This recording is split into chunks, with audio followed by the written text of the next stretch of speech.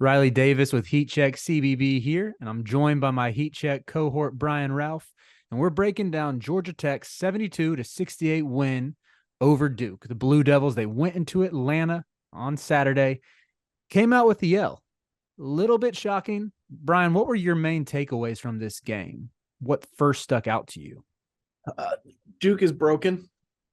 that was the main one, and I understand Tyrese Proctor played maybe a minute in the game. His ankle injury definitely impacted things, but we talked on the recap or the preview, excuse me.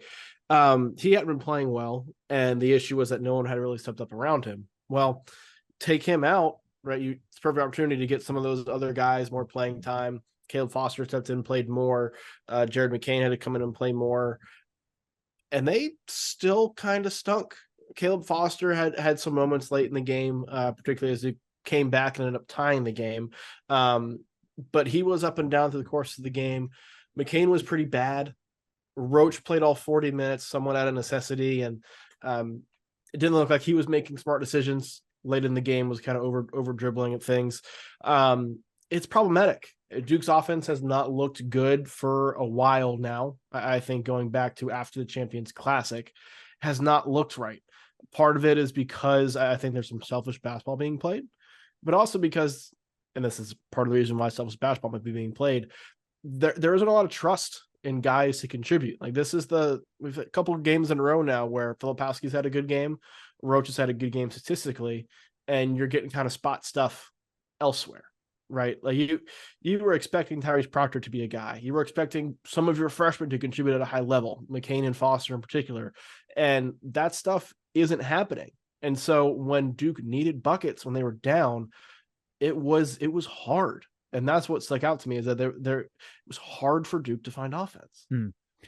And I'll add to that and say it's not even just the offensive end where they're having struggles. I know I've seen a lot of Duke fans saying that is a lot of one-on-one isolation ball when they just don't really have the talent to do that. There's not an RJ Barrett, Jason Tatum, 6'7", 6'8" type wing who can just create and be a mismatch over everybody. But I was equally as concerned on the defensive end. It seemed like I was shocked when I saw the final stats that Georgia Tech had 32 points in the paint. Duke had 36 points in the paint. Just watching it, it felt like Tech was dominating the paint because they sort of lived in the middle third of the floor. They were getting into the lane. The ball movement I thought was really good. They had 19 assists on 27 shots. But there was like even one play in the first half that stuck out to me as that just sort of exemplified how Tech was able to really get what they wanted in the paint. And it was Miles Kelly came off a ball screen, got Filipowski switched onto him. He blew right by Filipowski, and Mark Mitchell was the secondary defender who came over, and like it looked like he didn't even make an effort to stop him or to contest the shot. I can't remember at what point. It was towards the end of the first half, but it's like last year. I mean, I don't remember Filipowski just giving zero resistance on the perimeter like that. I think last year Duke's defense was so good because it had Derek Lively to clean up the misses. I mean, I think honestly, I thought Lively covered up a ton of Proctor's mistakes, and I know Proctor has the length and often gets sort of branded as the lockdown defender, but I thought Lively was really important. A really important piece that let him shine there, but maybe he was even more important to Flip than I envisioned. Because anecdotally speaking, but also based on like stats like defensive box scores, defensive win shares, I know Filipowski was a real positive by those measurements last season. Yeah, Filipowski, like, I think it's worth mentioning too. He had 2 off-season hip surgeries, right? Mm-hmm. One on each hip. So like he is not as mobile as he probably has been and will be. He's looked, I think, more mobile than people feared he might be, understanding that. But Filipowski, what he contributes to this team is going to be on the offensive end. And I think he knows he has to carry a significant burden on the offensive end. And we see this all the time when guys do is they coast from time to time defensively, which is fine, understandable, because you want to conserve your energy for where you're really needed. At the same time, there is no rim protection, right? Like Lively was that guy. They haven't replaced him. Ryan Young is not that. Mark Mitchell, I think, is who you're kind of relying on to be that, but he's been inconsistent as hell this season. Like he, both offensively and defensively, but like it's got teams have got him off the court by essentially not guarding him defensively because he can't shoot threes. Like he can't space the floor. He's not a floor spacer, which causes him to come out, which then leaves Duke with even less rim protection. So that's a good point by you because that's there. But I thought too, like Georgia Tech's quickness stuck out and their intentionality offensively. Like they moved the ball up, moved the ball with a purpose. They knew it was happening. This was big for Georgia Tech. It was their second ranked win in a week after back-to-back losses to UMass Lowell and Cincinnati, and they got worked by Cincinnati, right? Like it was a 35-point loss. It was bad. That was a dog walking. It was bad. But Damon Stoudemire is a good coach with a good track record. And I think sooner than we would have expected it to happen, but this could very easily be the start of Georgia Tech turning into something dangerous. We talked while the game was going on. Georgia Tech had the 2 best freshmen on the court. Yeah. Nathan George was someone who, I mean, I know you have the lowdown on him. I'll throw it back even to this offseason with the Almanac, something we both contributed to.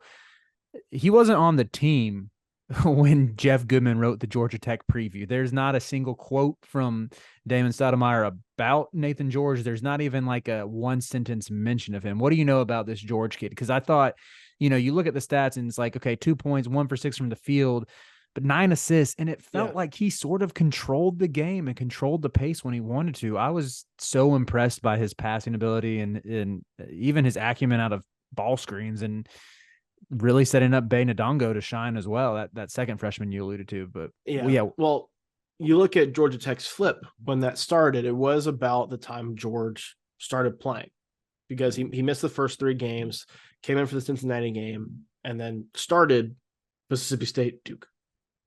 Happens to be the 2 wins because his playmaking and vision has been huge. And he was a guy who wasn't really recruited. Talked to our guy, Kevin Sweeney, Sports Illustrated.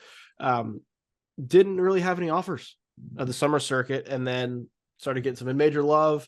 Georgia Tech comes, offers him. He ends up reclassifying, joining Georgia Tech this season. And we're already seeing the impact, right? Like he outplayed Duke's entire backcourt. He only scored 2 points, but the 9 assists were huge and key to everything that Georgia Tech wanted to do and keeping Duke off balance and running the show. Right, but he was the best guard on the court. Georgia Tech had the best front court player on the court, and Ndongo, another freshman. Like for Georgia Tech, these are 2 guys I think you're really, really excited to build around and see what happens if they continue this trajectory when you get into ACC play.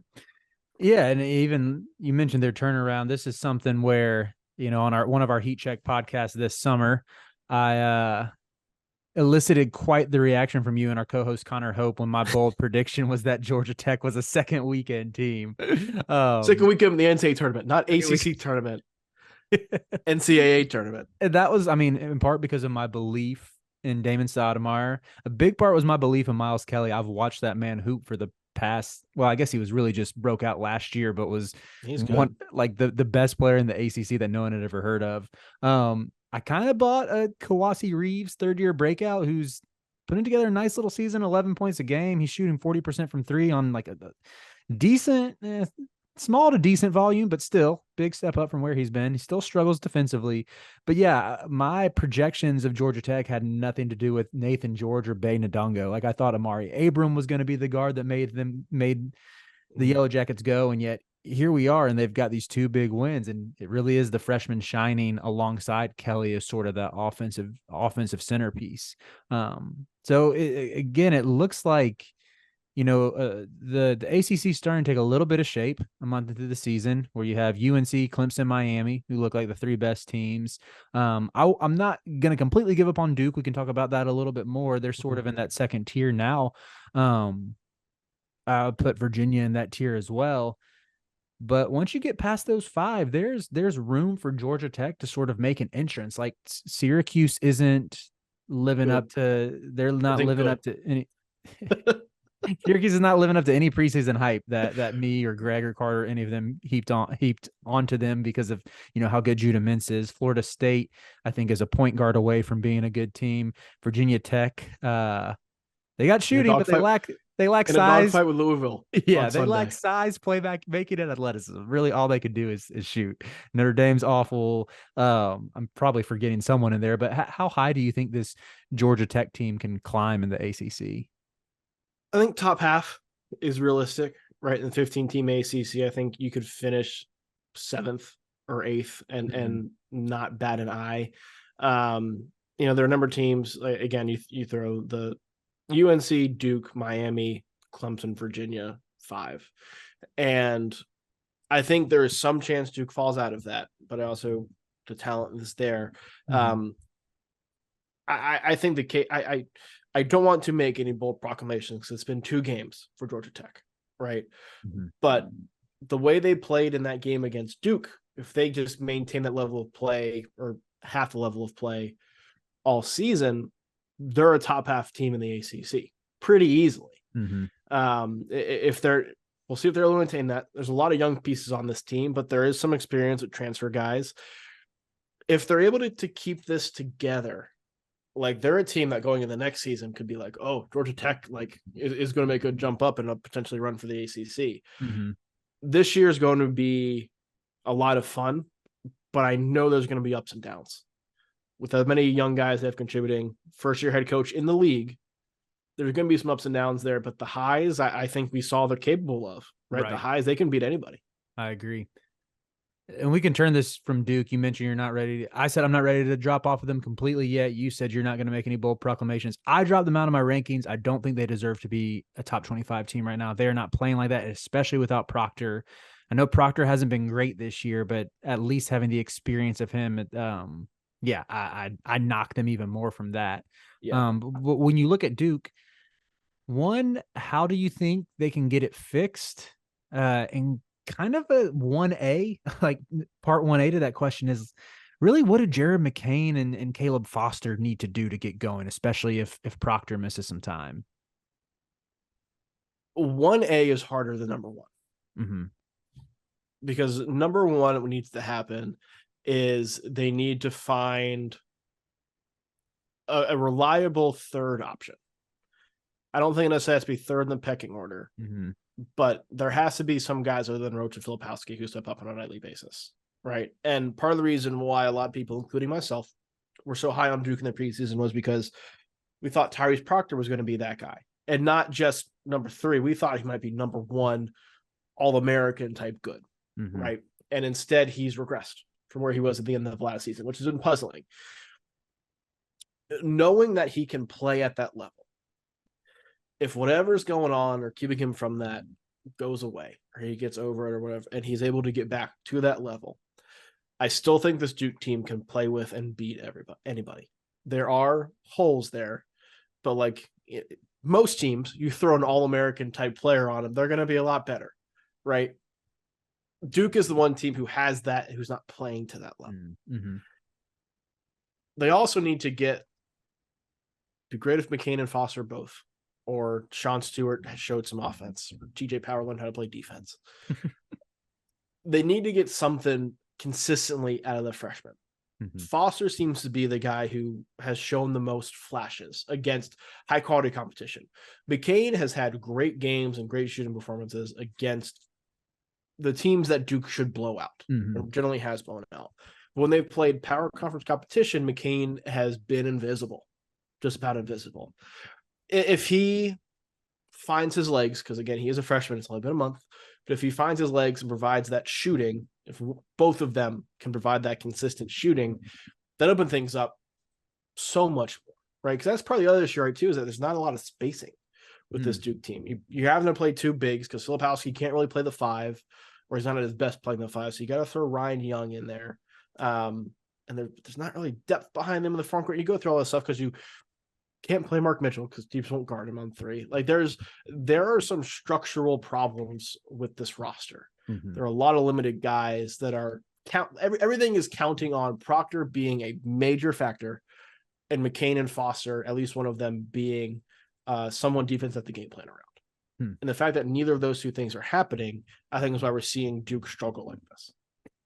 I'm with you completely on that. I think there have been numerous games this year. I mean, even the Michigan State game where they won. Well, I'll actually exclude that one because Caleb Foster was pretty great in the second half. But Yeah. there's like the Arizona game was a prime example where it was like, does Duke have any good players besides Jeremy Roach and Kyle Filipowski? And I know that Right. sounds ludicrous when you look at this roster, when you think about the preseason hype.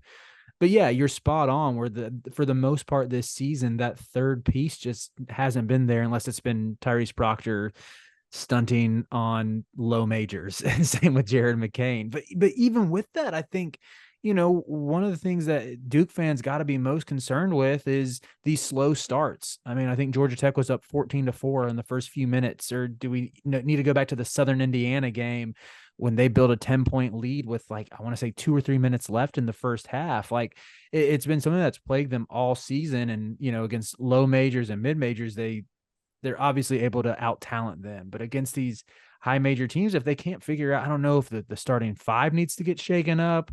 I don't know if the team just needs to like get off TikTok for a couple of weeks. Like, Shire's got to find the buttons to push here because like something's not clicking here.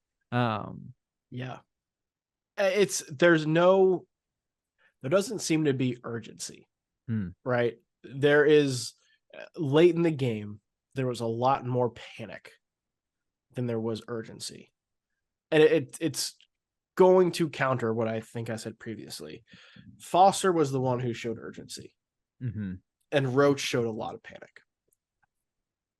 Those are the two guys who had the ball in their hands. Foster kind of thrown in because of the Proctor injury. But that was when Foster made his plays, right? It was down the stretch, and they counted on Roach to make the plays to win, and instead he would just dribble into three guys and then panic.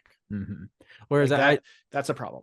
Now, I think Foster's best optimized when you get him going downhill, and that he might even be able to do that better than Proctor can. Cause I know, Proctor at his best last year, it seemed like he could get to whatever spot he wanted to on the court, like, and hit a mid ranger.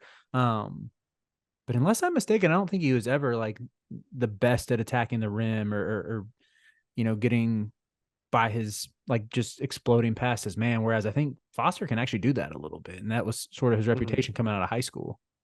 Yeah, Proctor's craftiness, like Proctor was great at using, and still hasn't been as great, but was great at using different speeds and moves to create separation. He could do that whenever he wanted to. He could get to the rim, but he lacks that, like, the top end part that Foster has shown a little bit this year. Right. Now, I will say, going back to the sense of urgency versus panic, and hopefully any Duke fans in the comments don't call me biased or let me hear it for this, because I am a Carolina fan. I watched my preseason top team go through a very similar stretch last year where they lost 2 games in Portland, then had to fly across the country to Bloomington where they lost at Indiana. And then for their first ACC game, lost in Blacksburg to Virginia Tech. Some of the same issues here with, you look at a road game in the ACC SC Challenge for Duke, and then a road game for the first conference game, that these issues sort of compound. And I felt the exact same way as a UNC fan last year, to where it was like, there is no one who's keeping their poise down the stretch of these games where, UNC would stay within striking distance, and they would turn to a full court press or something and force turnovers and get the ball back, but then they would immediately turn it over themselves, or they'd get just to like get within 6 or within 5 points and then give up a big 3 on the other end. And in some ways it's like, that's exactly what Duke's doing. I mean, that Arkansas game, they made their little comeback, but it sort of felt like it just wasn't going to happen because it was too little too late. So that's where, I'm curious to see. It's a big month for Duke. I think the comparisons of them to last year's UNC team, the way they look right now, are extremely warranted. The next 2 games are against Charlotte and Hofstra. Should be wins. Yeah, you got to get. If they are a loss, you'll hear us back on here and we'll be like sounding all the panic alarms. That's going to be an issue. I'm going to go ahead and say it. They're not losing those games. They're going to win those 2 games. But when you start getting back to the Power 5, Power 6 competition, you got to hope something carries over. December 20th against Baylor, I think, is key. Yeah. Not just because it's Baylor and their next big test, but Baylor's lineup is weakest in the front court. They play a lot of guards, want to space the floor and attack you, right? Duke, they're limited, but there's not a lot of depth in the front court, and there's a lot of guards on that roster. So Baylor's not equipped to take advantage of your weaknesses. It's going to be essentially strength on strength. And that, I think, is as good of an opportunity as UNC is, or excuse me, as Duke is realistically going to have, aside from the UNC games, to make a statement, a real statement of, okay, no, we're back among the nation's best, right? We'll see if they do it. And what is it? 2.5 weeks is enough time to fix everything. I doubt it, but maybe. Yeah, Baylor's really good. That's not going to be easy. One last thing I wanted to address, and then we'll hop off of here. The technical foul on Mark Mitchell with like 2 minutes left. Even as a Carolina fan, I was like, that's a ridiculous call to make. That's a terrible call to make in this instance. I'll give Duke fans that. And maybe they win if there's no technical, but it would not have been called if he didn't point. It was a soft call. Pointing at somebody gets you a tech every time. Doesn't matter what happens. If he just yelled and looked at and, did his chirping and all that, would have been fine. I think the refs understood that. The point is what got him. And the point will get you every single time. And it's soft and it's dumb, but you can't point. You can't point. You probably do got to have a little more awareness there. It's just, I'm like, I don't know. I think these players' egos can handle getting pointed at. Yes, but it is the point of the rule, right, is to not show people up and showboat, right? That's the thing. Yelling and stuff, there's emotion. I think we understand that. But there is no way to turn pointing into something other than showing somebody up. You're literally pointing at who you're showing up. So the lesson, as always, is just don't point. Hands in your pockets. And with that, we'll sign off. I'm Riley Davis. This is Brian Rauf. Follow us on Twitter at Riley_Davis3, at BRalph33. Follow Heat Check. Follow Sleepers. Subscribe to the channel. We're coming here nightly. You'll be on your YouTube feed every single morning, every big game you could want to preview or a recap for. So make sure you hit that subscribe button. Give us a shout in the comments. Tell us what you like, what you didn't like, any questions. We want to continue to get feedback and build this channel. So we're signing off.